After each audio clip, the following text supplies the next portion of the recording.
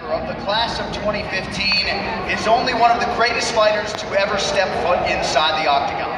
He is a former three-time opponent of our inductee, a foe-turned-friend after they closed the book on their historic rivalry, and this man is ubiquitously regarded as the greatest welterweight of all time. Please welcome the former UFC welterweight champion, UFC Hall of Famer, Matt Hughes.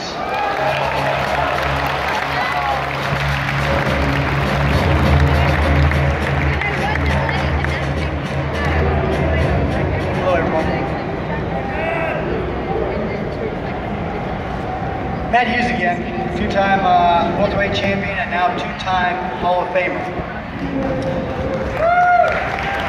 Thank you. But we can be honest with each other. The only reason I'm here right now is because BJ Penn kicked my ass in the first round twice. BJ and I were rivals in the octagon, but it was the last 5 years we've become very close friends. So you can imagine how honored I was when BJ told me that he wanted me to induct him into the UFC Hall of Fame. "You're my hero, Matt," he said. "You're a legend. Please do this for me, Matt," he said. And that's when I became suspicious. The awful thing about BJ is his poker face is so good that you can never tell if he's ribbing you or not. And he's got me one too many times for me to trust anything he says. So just in case he's in the back, laughing, "You fooled me once again," let's make it clear right now. Good friends or not, if I'd have won that rubber match back at UFC 123, you can bet your ass you'd be listening to Diego Sanchez right now. More seriously, BJ's a fighter who always had his eye on his legacy. He was talking about winning the UFC title and becoming the greatest of all time, even before his UFC debut in UFC 31, May of 01.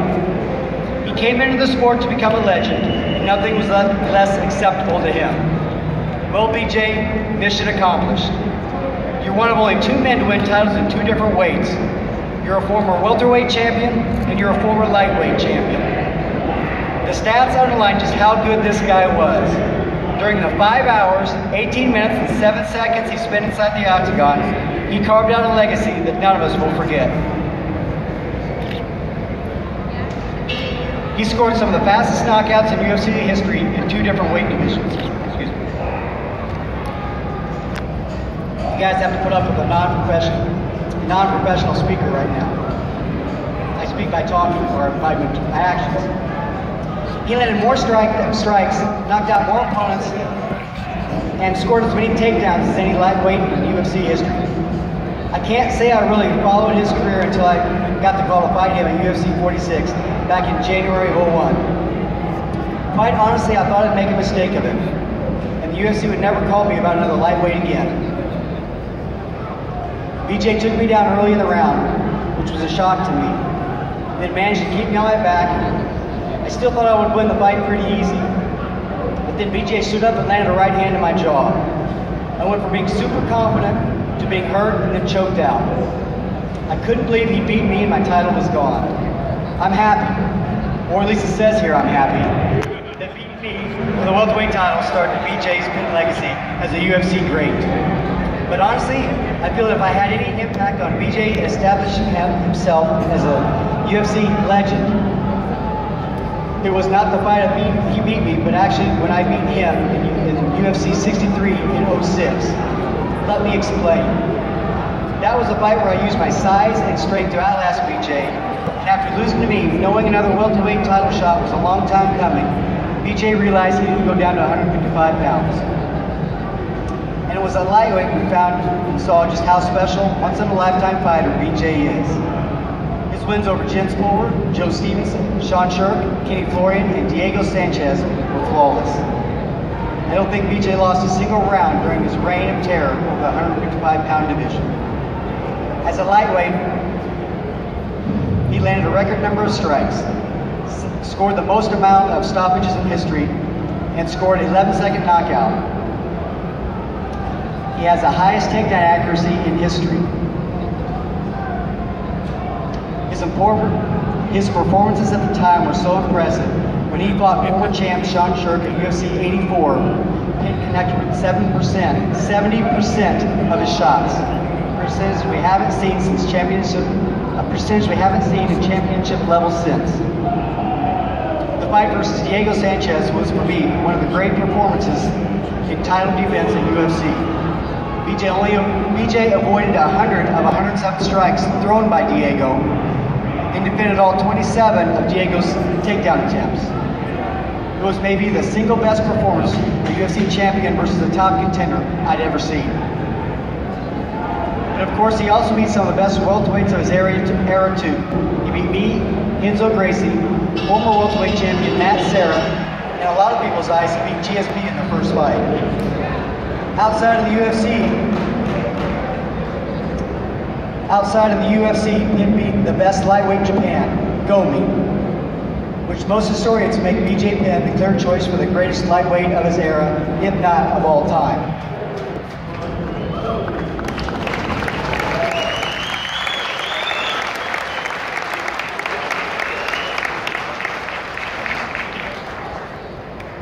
There's another side to BJ's legacy. He proved that fight fans cared about smaller fighters, not just lightweights, but all the lower weight classes. Penn opened the door for every lightweight, featherweight, bantamweight, flyweight, and strawweight in the UFC. Being invited to the Hall of Fame can be bittersweet. It's great to be honored and you have your achievements appreciated, but it also signals that your time as a fighter has come to an end. The UFC and the sport of MMA continues to evolve, and that evolution never slows down for any of us. The game passed Royce Gracie by, passed Pat Miletich, it passed me and Chuck Liddell by, and eventually it passed BJ Penn by. Of course, like the rest of us, BJ didn't want to admit what had happened. I tried to talk him out of fighting Frankie Edgar for a third time after a 2-year layoff. I tried to get him to ask for someone with a BJJ style, someone with a little less stamina, and someone who hadn't beat BJ twice before. I know some of you fans, especially those of you who lived and breathed every BJ fight like it was your own family in there, were upset about his career ending 12 months ago. I know BJ was upset too, but let me tell you why you're all wrong. Even though I tried to talk him out of it, we shouldn't be sad for him that night a year ago. BJ went out fighting the only way he was going to go out. He went fighting the best opponent he could possibly find, trying to do the impossible yet again. He didn't go out losing, he went out like BJ did. And that brings me to the last thing I want to do before bringing him out here. There has never been any fighter committed to fighting the best of the best every single fight, going up in weight, coming off a loss, whenever, whatever, like BJ Penn. There's never been a fighter who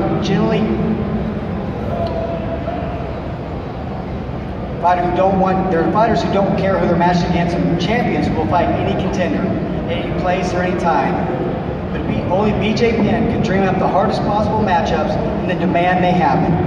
From stepping up in weight class to only welterweight, middleweight, and to light heavyweight, to fighting Carl Uno in only his third fight, and insisting on fighting Frankie Edgar for a third time. BJ wanted to test himself to the limit each and every fight. He didn't just take the hard fights, he asked for them. Here's a closer look at the greatest lightweight of all time. I don't want to sound weird, but fighting really is my whole life. It really is. BJ Penn was born to fight, man. That's what that kid was put on this earth to do. He's as legit and as badass and as real a fighter as you will ever meet in your life. I get goosebumps talking about it. When you talk to fighters about all-time greats, there's one guy that everyone has on that list. That guy's BJ Penn. You know, before we got involved in the UFC, our first kind of introduction to, I would say, kind of the sport and the people behind the sport was when me and Dana met John Lewis. You know, John was one of the few guys who actually had a black belt in Brazilian Jiu-Jitsu back in the late 90s. One day, though, he said, hey, I'm going to bring this young kid over and I want him to train with you. John went on to tell me that this kid was literally, I think he used the words prodigy, which ultimately became, you know, BJ's nickname. All I knew is that BJ Penn had come and rolled with us. He was very talented in jiu-jitsu, and we liked him, and we wanted him in the UFC. I didn't know it at the time. BJ Penn is a very special individual.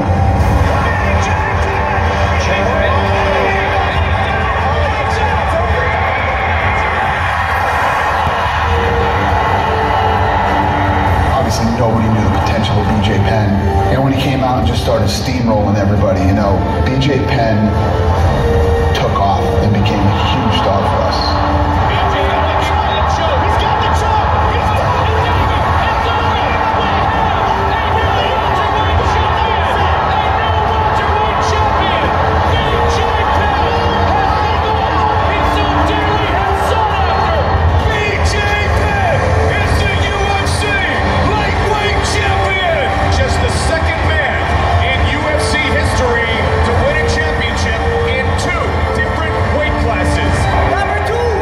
Couldn't think of a more qualified fighter to enter into the UFC Hall of Fame than BJ Penn. BJ Penn will go down in history as, without a doubt, one of the greatest of all time. Fighting never leaves my mind for more than an hour. Birds fly and fish swim, and I do this.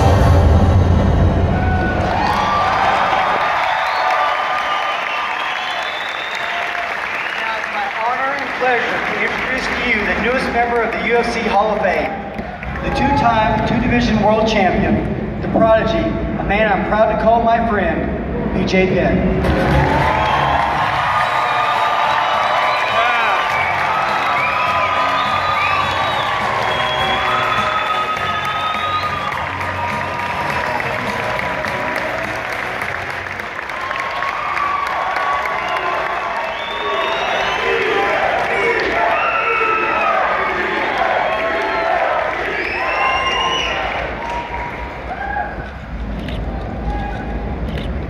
Okay, I asked Matt Hughes to come out and introduce me because he's the one who gave me the shot. He gave me my chance. He never had to fight BJ Penn. He did it because he was just a great champion and a great fighter, and he offered me the opportunity to make myself great. Another thing Matt also did for me is when he beat me the second time, he sent me down to the lightweight, which would actually be the thing that I'll be remembered for the most in my career, being the two-time world champ and making all the other critics peanut butter and jealous, you know. Okay, I don't know where to start really. I never thought I would be involved with fighting or the UFC in 2015. All I ever wanted to do was just like my jiu-jitsu career. I became the world champion. I wanted to prove it to myself and then move on to something new. So after I fought my first fight against Joey Gilbert, I talked to Dana and I was only 2 or 3 fights away from becoming the UFC lightweight champion. All I wanted to do was become the lightweight champion, beat Jens Pulver and retire and live a normal life. And I always knew the UFC would get this big, but I'm a small town guy, so you know, I just wanted to become the champion, prove to myself I could do it, go back to a normal life. And if anybody ever talked to me about the UFC, I'd be like, hey, yeah, I know about that. I used to be the champ once. Here's my belt. You know, and that was my whole dream. That was my biggest dream for the sport. And you know, that's all I ever wanted to do. I wanted to come in, win the belt, walk away. But I ended up losing to Jens Pulver, which put a stop in my plans. And I was still so close, I said, I might as well, I can't quit yet. I can't quit. I have my game plan. I don't plan on doing this my whole life. I can't quit yet. So I had the fight with Kao Uno. It ends up being a draw. And then I'm there again. I'm like, man, you know, I still can't quit. When I do something, I want to get it done. So by the time I finally work my way back up and I fight Matt Hughes and I become the welterweight champion of the world, and at that point, I was in too deep. It was my identity. I couldn't get out after that. Everything was happening so fast, everything was so big, I couldn't go back to my original plan, of my original game plan that I had coming into the UFC. So with that said, that being my identity, and my original game plan was to not be here this long and to not be here talking in 2015. I broke many records, but yet I've always had a controversial career. Critics and fans ask me all the time, BJ, do you think you did enough with the talent you had? To them I answer, no, I didn't do enough. I did way too much, more than I ever wanted to do. Yeah!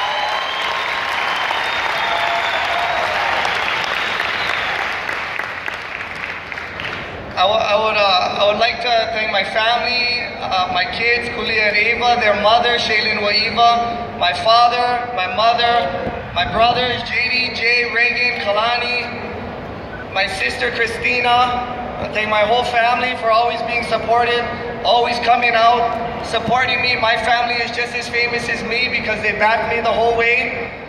I wanna thank Pat Tenori for standing behind me from day one, for standing behind the UFC.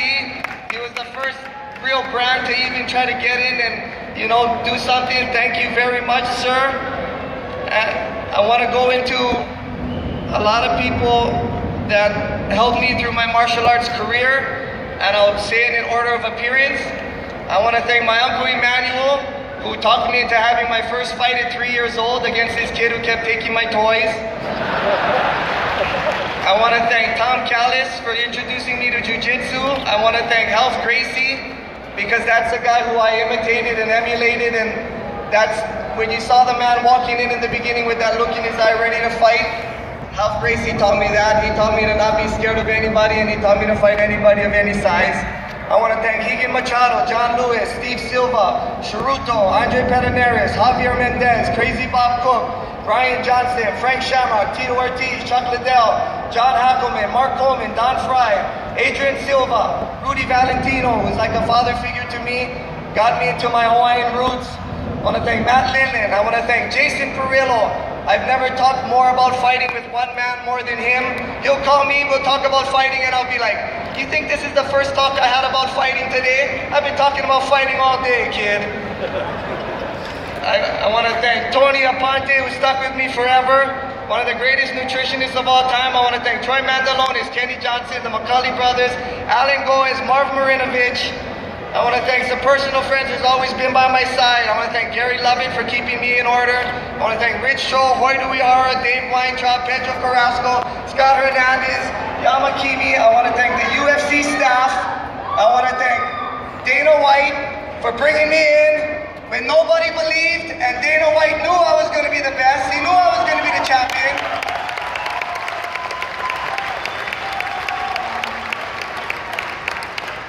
I want to thank Lorenzo Fertitta for always just being a cool guy to me. Never had a problem with that man. I want to thank Frank Fertitta, Burt Watson, Bruce Buffer, Mike Goldberg, Joe Silva, and Reed Harris.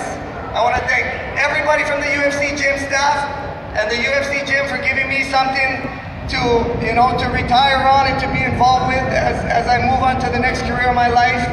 I want to thank Tony Ambiglio for coming out. I want to thank Brian for always escorting me and taking care of me around this place. And if I forgot anybody, you saw how many punches I took. You know why I forgot.